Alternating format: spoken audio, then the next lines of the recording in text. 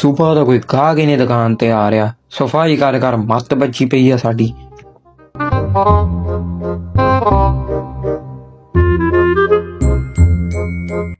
ਸ਼ੁਕਰ ਆ ਉਹ ਗਾਹਕ ਆ ਗਿਆ। ਸਲਾਮ ਅਲੈਕੁਮ। ਵਾਲੇਕੁਮ ਅਸਲਾਮ। ਹਾਂ ਭਾਈ, ਕੀ ਚਾਹੀਦਾ ਭਰਾ ਨੂੰ?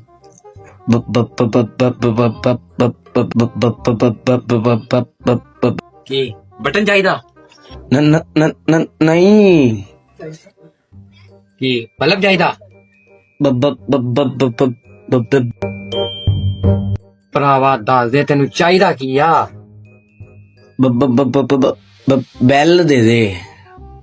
ਉਹ ਪਹਿਲੇ ਦੱਸਦਾ ਯਾਰ, ਬੈਲ ਚਾਹੀਦੀ ਆ? ਲੈ ਬੈਲ ਤੈਨੂੰ ਦੇ ਦੇ, ਨਾਲ ਫੜ ਤੇਰੀ ਬੈਲ। ਕਿੰਨੇ ਦੀ? 500 ਰੁਪਏ ਦੀ। ਉਹ ਜਾ ਯਾਰ, ਇੱਕ ਬੈਲ ਦੇ ਮਗਰ ਇੰਨਾ ਟਾਈਮ ਲਾਇਆ ਕਰ। ਮਿਹਰਬਾਨੀ।